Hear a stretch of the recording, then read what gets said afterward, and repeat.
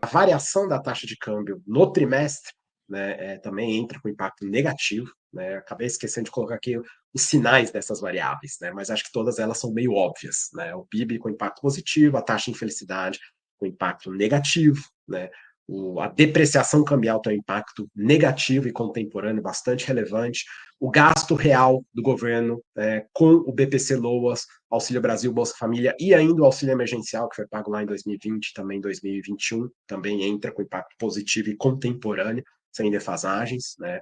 A variação do preço, a inflação da cesta básica em termos reais, né, já descontada a inflação média da economia, também entra com impacto contemporâneo.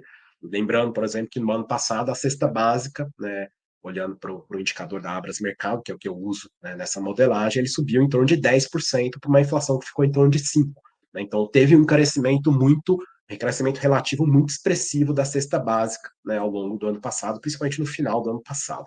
E isso impactou negativamente a popularidade, isso impacta negativamente a popularidade, segundo a modelagem. Entra também o preço real da gasolina, né, também a variação no trimestre, né, impacto negativo, aqui entra contemporâneo e também com alguma defasagem. Né? Salário mínimo nacional real, contemporâneo, no mês do reajuste, né? Isso ajuda a popularidade.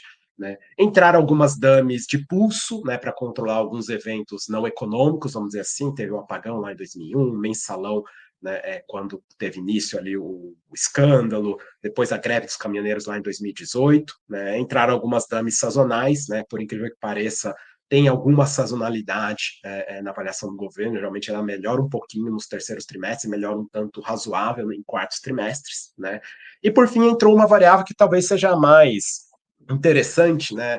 Nessa discussão toda de polarização, eu fiquei quebrando a cabeça durante muito tempo sobre como tentar captar isso como uma variável, né, para modelar em séries de tempo, né? Então, o que que eu fiz? Eu já tinha na minha modelagem anterior, uma dummy para alternância de governo. Né? Quando sai governo de esquerda, entra direita, sai direita, entra esquerda.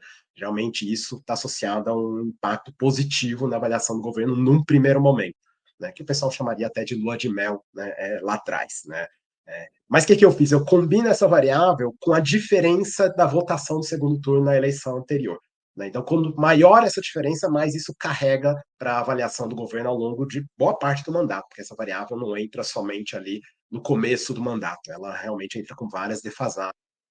Então, para dar números, né, na eleição, né, na última eleição, lá no final de 2022, a diferença no segundo turno na votação entre o Lula e o Bolsonaro foi de 1,8 ponto percentual. Né? Então, isso dá uma margem muito pequena, né? O Lula já começa ali muito próximo do Bolsonaro, em contraste com outras eleições, quando essa diferença era de 20, 30 pontos percentuais. Né?